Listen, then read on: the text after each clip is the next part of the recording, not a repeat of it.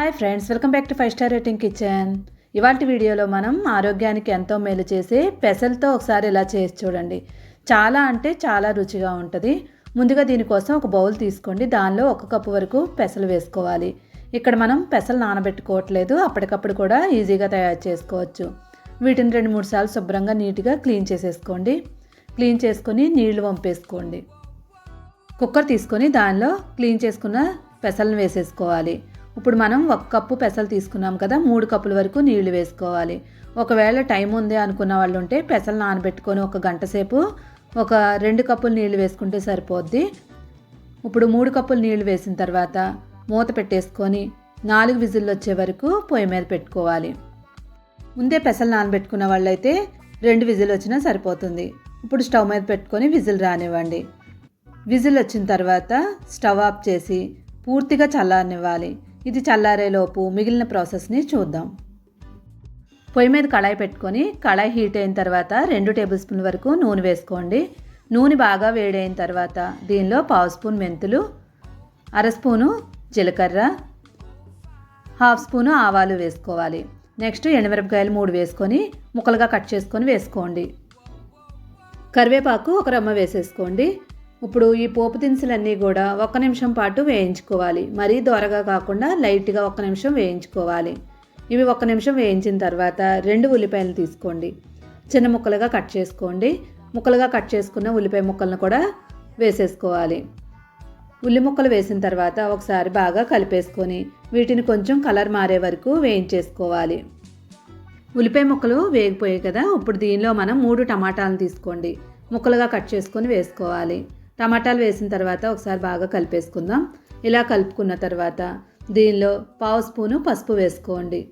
ఇలా పసుపు వేసిన తర్వాత మళ్ళీ బాగా కలిపేసుకొని ఈ టమాటాలంతా కూడా మనకి చక్కగా దగ్గరికి అయ్యే వరకు వేయించేసుకోవాలి. టమాటాలు మెత్తగా అయ్యే వరకు వేయించేసుకోండి. చూడండి, ఇలాగా మెత్తగా అయిపోవాలి. ఇప్పుడు దీనిలో మనం నిమ్మకాయ సైజ్ అంతా చింతపండు తీసుకోండి. చింతపండు తీసి నానబెట్టేసుకొని దీని రసాన్ని 1 కప్పు వరకు తీసుకోండి. 1 కప్పు చింతపండు రసం వేసేసుకోండి. నెక్స్ట్ అదే కప్పుతో 1/2 కప్పు వరకు నీళ్లు వేసుకోవాలి. 1/4 కప్పు వరకు నీళ్లు ఉండాలన్నమాట. ఇప్పుడు ఒకసారి బాగా కలిపేసుకొని ఇప్పుడు దీనిలో మనం రుచికి తగినట్లుగా సాల్ట్ వేసుకోవాలి. ఉప్పు వేసిన తర్వాత ఒకసారి మళ్ళీ కలిపేసుకోవాలి. ఇందులో ఇప్పుడు మనం చాలా అంటే చాలా ఇంపార్టెంట్ అయిన ఇంగ్రీడియంట్స్ వేసుకుంటున్నాము. దానివల్లే మనకి మంచి టేస్ట్ వస్తుంది. సాంబార్ పొడి తీసుకోండి. ఏ కంపెనీదైనా పర్లేదు. 1 గిన్నె తీసుకొని దానిలో 3 టేబుల్ స్పూన్ల వరకు సాంబార్ పొడి తీసుకోవాలి. సాంబార్ పొడి వేసిన తర్వాత దీనిలో కొంచెం నీళ్లు వేసుకొని సాంబార్ పొడి అంతా కూడా మనకి ఉండలు లేకుండా కలిపేసుకోవాలి. మొత్తం అంతా బాగా కలుపుకున్న తర్వాత ఎక్కడ ఉండలు అనేది ఉండకూడదు. మనం డైరెక్ట్గా వేసుకోవచ్చు, కానీ ఇలా వేసుకున్నట్లయితే మంచి టేస్ట్గా ఉంటుంది. ఇలాగా మొత్తం అంతా కలిపేసుకున్న తర్వాత పొయ్యి మీద మనం ఉడుకుతుంది కదా, దానిలో వేసేసుకోవాలి. దీనిలో సాంబార్ పొడి మాత్రం కంపల్సరీ వేసుకోవాలి. ఇక్కడ మనం ధనియాల పొడి కానీ జీలకర్ర పొడి కానీ ఏది యాడ్ చేయట్లేదు. ఓన్లీ సాంబార్ పొడి మాత్రమే యాడ్ చేసుకుంటున్నాం. ఇలాగా ఒకసారి బాగా కలిపేసుకొని మూత పెట్టి ఒక 3 నిమిషాల పాటు ఉడికించుకోండి. 3 నిమిషాలు ఉడికించిన తర్వాత ఈలోపు మనకి పప్పు ఉడికిందో లేదో చూద్దాము. కుక్కర్ చల్లారిపోయింది. పప్పు ఉడికిందో లేదో చెక్ చేసుకోవాలి. ఇక్కడ మనం పొట్టు తీసేయకుండా పొట్టు పెసలతోనే వండుతున్నాము. చాలా అంటే చాలా ఆరోగ్యానికి మంచిది. ఉడికిందో లేదో చెక్ చేసుకుందాం. చూడండి, ఉడికిపోయింది.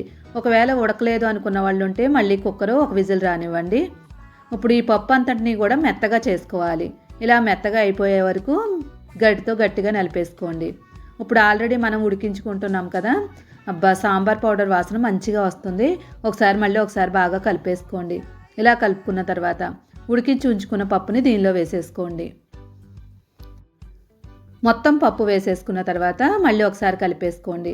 ఇక్కడ నాకు ఒక చిన్న వీడియో క్లిప్ మిస్ అయింది. ఇక్కడ నేను 1 స్పూన్ వరకు కారం వేసుకున్నాను. వీడియో క్లిప్ మిస్ అయిపోయింది. పప్పు కలుపుకున్న తర్వాత ఒకసారి 1 టేబుల్ స్పూన్ వరకు కారం వేసుకొని కలిపేసుకొని మూత పెట్టేసుకోండి. మూత పెట్టి 5 నిమిషాలు అలానే ఉడకనివ్వండి. 5 నిమిషాల తర్వాత కొత్తిమీర జల్లుకోవాలి. కొత్తిమీర జల్లిన తర్వాత మళ్ళీ ఒకసారి బాగా కలిపేసుకొని మళ్ళీ మూత పెట్టి 2 నిమిషాలు ఉడికించుకోండి. మనం పెసలతో పప్పు చేసుకోవట్లేదు, ఇక్కడ కర్రీలా తయారు చేసుకున్నాము. మొత్తం అంతా బాగా కలుపుకున్న తర్వాత దీనిలో సెపరేట్గా మనం పొయ్యి మీద వేరొక పొయ్యి మీద కళాయి పెట్టేసుకొని 2 టేబుల్ స్పూన్ల వరకు నెయ్యి వేసుకోండి. నెయ్యి లేదు అనుకుంటే నూనె వేసుకోండి. దానిలో వెల్లుల్లిపాయలు వేసుకోవాలి. వెల్లుల్లిపాయలు వేసుకొని దోరగా వేయించేసుకోండి. ఇలా వేగిన వెల్లుల్లిపాయల్ని ఆల్రెడీ మనం ఉడుకుతున్న కర్రీలో వేసేసుకోవాలి. ఇలా పైన మనం వెల్లుల్లిపాయలు వేసుకోవడం వల్ల చాలా టేస్ట్గా ఉంటుంది. ఇంకా చాలామంది వెల్లుల్లిపాయ తినడానికి చూస్తూ ఉంటారు కదా, అలాంటి వాళ్ళకి తినడానికి చాలా ఈజీగా ఉంటుంది. ఇంకా వెల్లుల్లిపాయ ఘాటు అనేదే రాదు. ఇప్పుడు మొత్తం అంతా బాగా కలిపేసుకోవాలి. మొత్తం అంతా కలుపుకున్న తర్వాత ఇది మనం రైస్లోకైనా లేదంటే చపాతీ లేదంటే సంగటి ఎందులోకైనా కూడా చాలా అంటే చాలా బాగుంటుంది. ఇంకా ఆరోగ్యానికి కూడా చాలా మంచిది. వీడియో నచ్చితే like, share, subscribe my channel. Thank you.